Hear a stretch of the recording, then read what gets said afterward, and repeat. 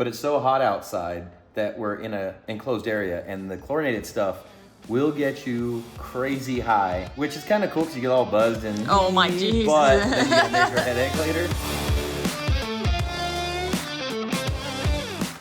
What's up, Brite Nation? I know we're in the garage again. I swear to God, we are doing our best to try to get back to wheeling. We want to go off-roading again. But if you'll remember, a little while back, Kevin rolled the Jeep, the stepchild. Unfortunately, the damage from that means that the stepchild has been down for a hot minute. We've got that pretty much fixed, put back together, although we have some treats coming up for you as far as the stepchild goes as well before she gets officially back on the trails. But then also, immediately after Kevin rolled the stepchild, I had a pretty solid break on the trails in my buggy, the side chick.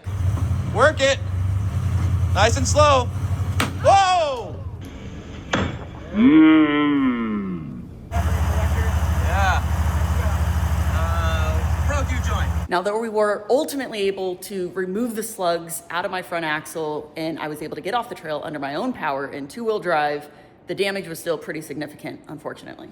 Yeah, I knew Brittany going to 42s was gonna possibly be an issue, and I knew 42s with water. Remember, I have about 200 pounds of water in each front tire. It's about 400 pounds total. The extra traction, and especially because the front axle in this is just an old school Chevy Dana 60 running it's a junkyard axle. Running regular tiny little needle bearing U joints. Well, it was. So like these guys, I knew that was going to put some strain on it, especially with getting into what she got into. So as you can see, when the U joint failed, it completely splayed these ears out. So even if I had another U joint, that was not going back together. Look at that hole. It's definitely not round anymore. Yeah, that's not round anymore. And this little U joint just, we kind of knew if she ever used wheel speed, you can see that's broken completely and right there. In this case, it was enough of a bind plus wheel speed. It was a recipe for disaster. Yeah, but there are companies who make stuff specifically to remedy this sort of thing. Now, one of those companies is Brite Motorsports. Now, they've been around for over 20 years, and they're a full-service machine shop that specializes in manufacturing parts for off-road rigs, both recreational, like my buggy, or even Jeeps, everything else, all the way up to racing application like Ultra 4 racing. Now, they do all sorts of stuff, from one-off custom parts to high volume manufacturing to even private label machining. But most importantly, not only is all of their stuff super high quality, but it's all made right here in the USA.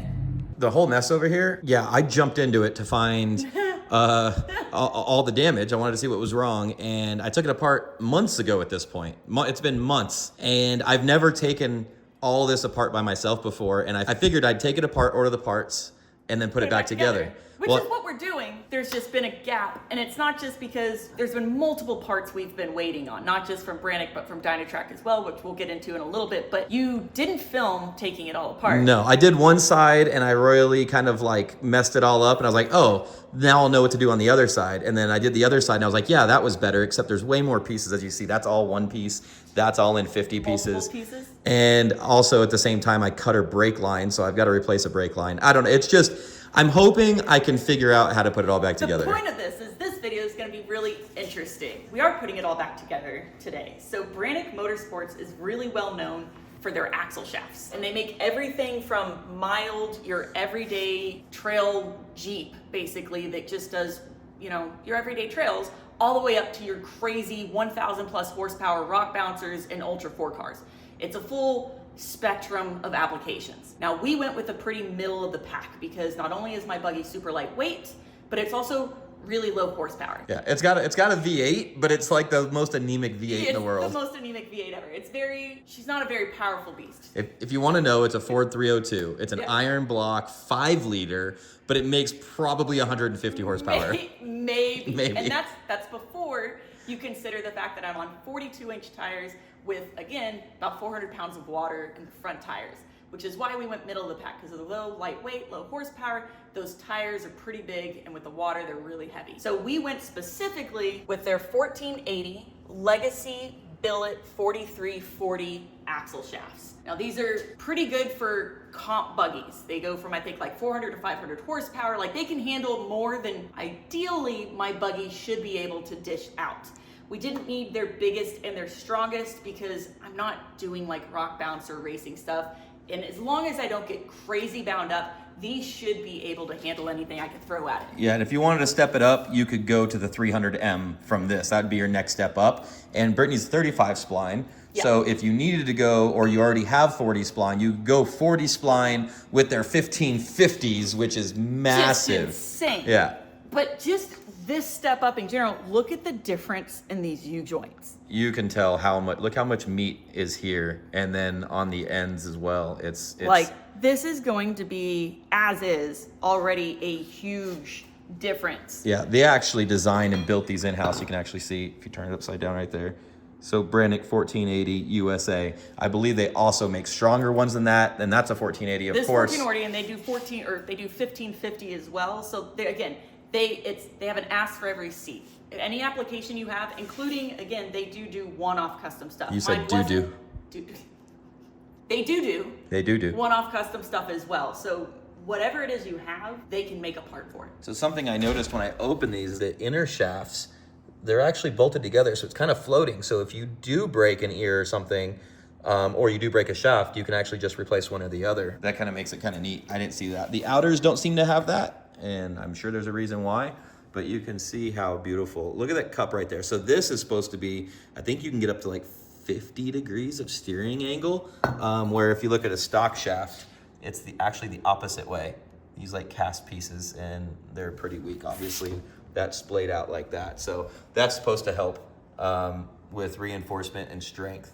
But we got to get the U-joints and these guys, and there's a couple other little things. But what's really, really cool as well is we have broken not the Dynalock ever. I said that kind of weird. I was going to say, because on the Jeep, we've had Dynatracks and we've had the Dynalocks. I have never broken a hub on the Jeep.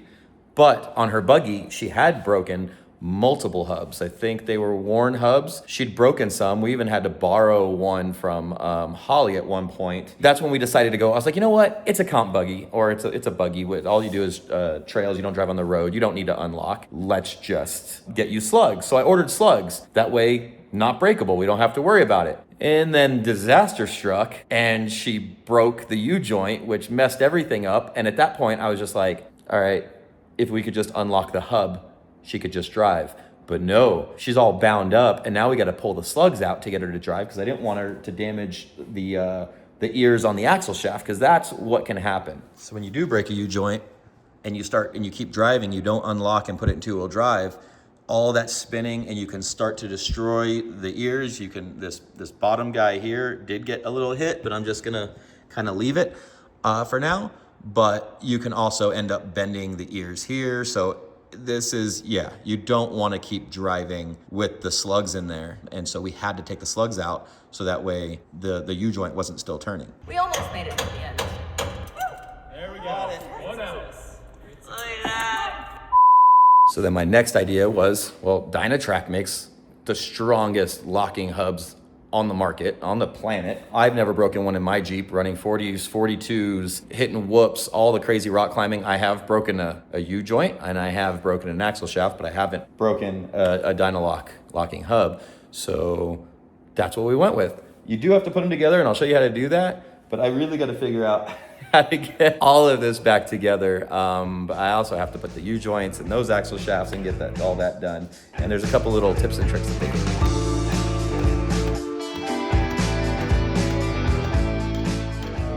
I haven't really done a lot of U-joints in my life, but I do know don't ever forget to put the C-clips on first, because you'll have a bad time if these are not already down in here.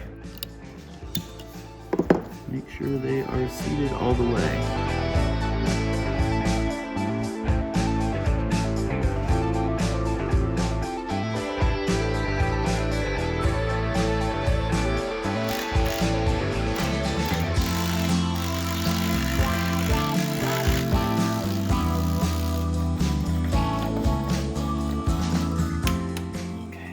The Dynalocks. I got all this on. Everything seems to be going well. So far, so good. So far, so good. So the Dynalocks have a lot of pieces to it, and these are actually 3 times stronger than any other Dana locking hub. So they're incredibly strong, and it's really one of the only like new locking designs that's been like in like 20 years. Like everything else is super old school. I've never broken one, but if you did break one, it actually defaults to the locked position. So the spring in it, if you were to break anything in there, it actually snaps shut, so you're still locked up front, versus other hubs, when you break them, they default to unlocked, and now you don't have that wheel spinning anymore. I think I have this correct. So first, this big gold collar, that's gonna go ahead and go in there. Next, you have this disc. I'm gonna grease everything up that goes in here just because it's a greasy area. It's a hot, dirty area. So next we got... I'd also like to point out, we cleaned nothing. I sprayed it with brake clean, but I didn't. So I bought this Not stuff. the way we should have. I bought this stuff on Amazon that was supposed to be the best non-chlorinated brake clean, the strongest non-chlorinated brake clean there is, because I was buying the really good CRC chlorinated stuff, but it's so hot outside that we're in an enclosed area, and the chlorinated stuff will get you crazy high, which is kind of cool because you get all buzzed and oh my jeez, but then you get a major headache later. So anyway, the CRC chlorinated stuff will blast all this away in 2 seconds. You just spray it on, it melts away. So I searched for a long ass time and found that stuff, and I bought a whole case of it. I bought a couple $100 worth because everybody's like, "Oh my god, it's the best so thing." great. Da, da, da. Maybe it's the greatest stuff that's non-chlorinated, but when you do chlorinated stuff, it's There's no comparison. Garbage. No, it's like... So it was cleaned, but with the not great stuff. So it's not as clean as it could be. This whole thing is just like sandpaper, but we're gonna ignore that for now. Yeah. This I'm not too sure of what all is supposed to be greased, not greased, but it's metal and it's inside a area, and That was super scientific and really believable. You completely convinced me on that one. all right. So next, after the disc, you're gonna put your gear on with this cool We're getting technical ring. terms with this. Yeah, there, yeah. Oh, almost. There it is. There it is. Okay. Oh, so I'm pretty sure you are supposed to grease that because, you know, Yeah. you want that to be able to... So you have that gear. Next is going to be your brass bushing. As far as I know, the beveled edge goes down that way. So that's going to go in here along with the spline guy in there. So, but let me... Oh, that is so much stuff. But it's all well worth it. I'm going to get everything nice and greasy and messy. This is probably also a good time to mention that these are also USA made, and they're from heat-treated chromoly steel. Now, what's also really cool is the knob assembly is so low profile. It also really minimizes the risk of like smashing them against rocks, which I had a huge issue with my last locking hubs. It was another reason that we went to the slugs at one point in time. But again, the slugs, there's no way to lock and unlock. So this is kind of the best of both worlds, essentially, for me. This one that goes around the shaft is always The trickiest. the fun one because you gotta... it's hard to get. Do you want two hands? Possibly. Are your fingers gonna be strong enough for that? Yes. That didn't work at all. Or finger in Like, dirt. you can't be in my way at the same time. I hear it clicking in. Yeah, let it go. That's kind of in. There's a little tiny flathead in the second or third drawer down on the right side of the black one. No, like little tiny. There's like a little tiny, it's super tiny. No, look up top. No, on top of the table. On top of the brown table. Oh no, I almost have it. All right, so super close. We've got this ring on and we've got the outer ring on, so everything is there. I just gotta put the cap on with the screws and we're good to go. So here is the locked position. I wonder if I can turn there so you can see everything's turning together. And then what happens is this black ring, when you turn this guy, those knobs slide on this cam and it pushes this whole thing down, and when it pushes that down, it unlocks the hub. Not something I can really show by myself. Brittany is no longer here, but that's how that works. Once the cap is bolted here, when you unlock it, it basically pushes down and that's what unlocks that. So that's super, super cool. So I just gotta throw this guy on there and we'll be good to go. So get these screws in here like a glove. These are super low profile. Most locking hubs are like 2-3 times as thick as this. But now, if she breaks, which I don't think she ever will now, if she breaks, we can simply unlock and put it in two-wheel drive and see, that no longer spins. So we are good to go. And that's it. Lock it, boom, and she's locked. So now I just gotta do the other side, and Brittany's back in business, baby. All right, a couple cuss words and a whole bunch of grease, and ta-da! The other side's done, look at that. I don't know how that happened, it just happened. Now I just gotta do the brake line. I cut the other side brake line, so we gotta run this brake line, bleed the brakes, and put her wheels and tires back on, and Brittany will have a buggy she can go beat up again.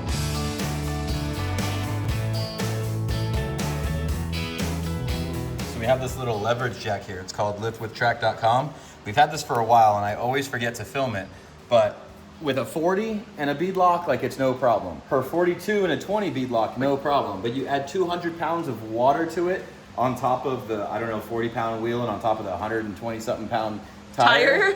You're talking 350 plus pounds for this right here. And as you saw, it just lifted it up and got it on the hub. That's probably like the max limit that thing wants to do, but it still gets the job done. Yeah, otherwise, this is 40s impossible. 40s and 20s and stuff is no problem. But this right here, we definitely like it. We always forget to shout these guys out, but we use them all the time. 100% super cool, takes up little to no space anywhere you want to keep it, and it makes putting tires on and off solo super easy. Right there. That really just get it on there? Yeah. That's so sick. With a 40 or the 42, I sit on the ground, I put my legs under it.